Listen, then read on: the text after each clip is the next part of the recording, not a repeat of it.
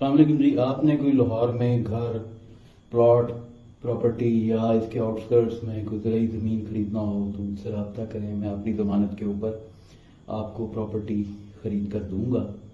جب آپ مجھے ہائر کریں گے، میری سروسز لیں گے، تو میں اس پہ باقاعدہ وقت دے کر آپ کے لیے ایک بہتر پراپرٹی کا انتخاب کروں گا، ایک سیکیور پراپرٹی کا انتخاب کروں گا. بنیادی طور پہ پراپرٹی میں جو سب سے اہم چیز ہے جسے لوگ مس کر جاتے ہیں وہ ہے ہی سیکیورٹی. عام طور پہ لوگ پلاٹس لیتے ہیں یا فائلوں میں پھنس جاتے ہیں، لوگوں کی باتوں میں آ کے یا لالچ میں آ کے کہ ڈیلر ایسے لالچ دے دیتے ہیں کہ جی آپ کو اتنا سستا دے دیں گے یا یہ کہ آپ کو اتنا مہنگا بیچ دیں گے آپ کا پلاٹ. لیکن حقیقت میں مہنگا بیچنے والوں کے پاس کلائنٹ ہوتا نہیں ہے سرے سے.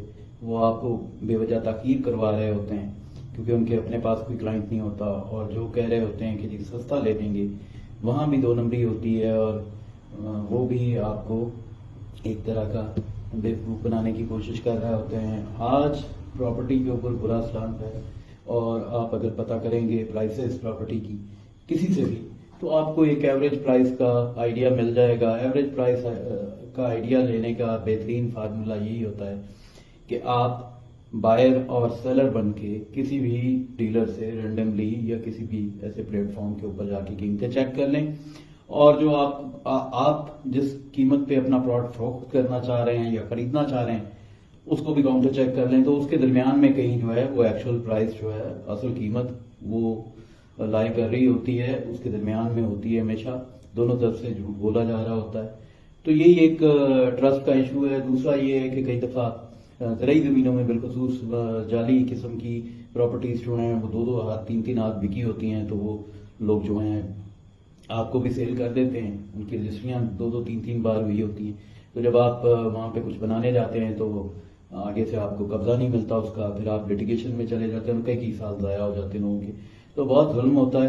لہذا میری یہی بھائیوں بہنوں سے درخواست ہوگی کہ آپ اصول کی بنیاد پہ خرید و فروخت کریں، بجائے اس کے کہ لالچ میں جا کے 10-20 لاکھ کا لالچ جو ہے وہ آپ کو بڑا نقصان پہنچا سکتا ہے، ٹوٹل لاس کی طرف لے کے جا سکتا ہے. اس لیے آنکھیں کھلی رکھا کریں.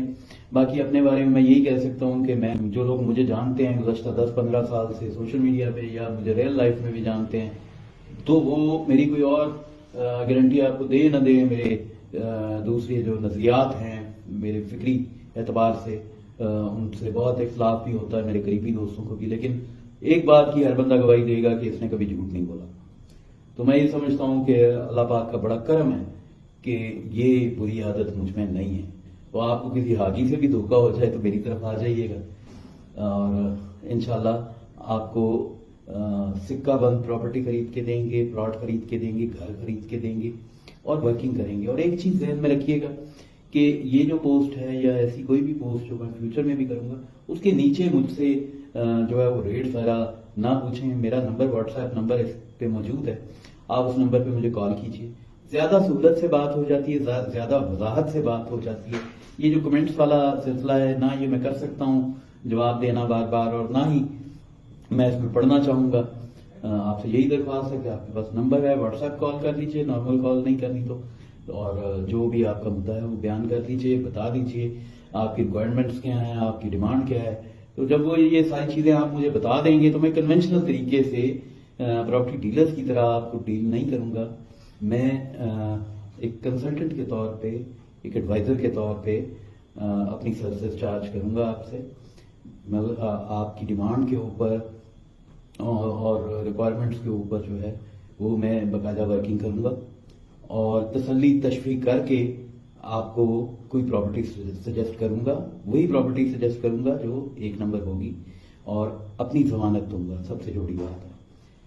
تو آپ کو کسی کو بھی ضرورت ہو، میرے دوستوں میں سے، میرے بھائیوں بہنوں میں سے کسی کو بھی ضرورت ہو، مجھ سے رابطہ کر سکتا ہے بلا جھجک. اور باقی مجھے پتا ہے کہ میں چونکہ ایک پالیٹکس میں ہوں اور لکھتا لکھاتا بھی رہتا ہوں، تو یہ اس طرح کی بات جو ہے وہ کم کرتا ہوں. تو مجھے پتا ہے کہ میرے جو دوست ہیں ان کو ایک اعتراض ہوگا کہ جی یہ آپ بزنس کی بات اس میں کیوں کر رہے ہیں. تو میں یہی عرض کروں گا کہ جب تک تبلیغی جماعت اور جماعت اسلامی جیسی جماعتیں جو ہیں وہ اپنے اندر اپنا حلقہ احباب میں ایک دوسرے کی مدد کر سکتی ہیں بزنس کے اندر. میں نے بہت سے لوگوں کو جماعت اسلامی میں بھی اور تبلیغی اجتماع میں بھی کاروبار ان کے بہتر ہوتے دیکھا. کسی کی دکان اجڑ گئی تھی, کسی کی فیکٹری اجڑ گئی تھی, وہ وہاں پہ گیا, اس کا ایک سوشل سرکل بنا, اس میں لوگوں نے اس کو ہیلپ کی. تو بات یہ ہے کہ اگر دینی مذہبی جماعتیں یہ کام کر سکتی ہیں تو ہم تو دنیاوی جماعتیں ہیں بھائی, سیاسی جماعتیں ہیں, اور ہم کیا لوگ ہیں اور سوشلسٹ ہیں. تو ہم سوشلسٹوں کو کیا مسئلہ ہے, سوشلسٹ جماعتوں کے لوگوں کو, کہ وہ ایک دوسرے کی مدد جو ہے وہ ایک دوسرے کے کام کاروبار میں, روزگار میں مدد نہیں کر سکتے, ہیلپ نہیں کر سکتے.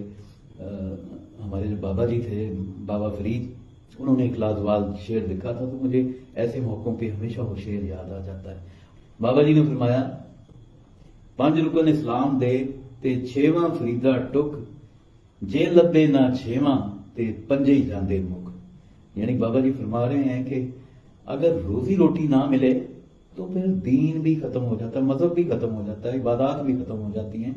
تو یہ بنیادی چیز ہے جس کو ہم سیکنڈری کر جاتے ہیں. دینی جماعتیں تو نہیں کرتی, لیکن ہم جو سوشلسٹ لوگ ہیں, جو لیفٹ کے لوگ ہیں, ہم اس طرف نہیں آتے. اور شاید یہ بھی ایک ہماری جو ناکامی کی وجوہات ہیں ان میں سے ایک وجہ یہ بھی ہے کہ ہم جو اپنا بیانیہ مقبول نہیں کر پائے.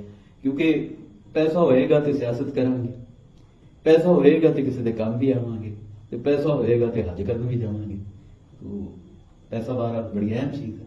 الیکشن بھی لڑنے نے, حج بھی کرنا ہے, تو سیاست بھی کرنی ہے, اور لوگوں کے کام بھی آنا ہے. تو ان سارے کاموں واسطے یہ سب بہت ضروری ہے. رب رکھا جی, اپنا خیال رکھا جی.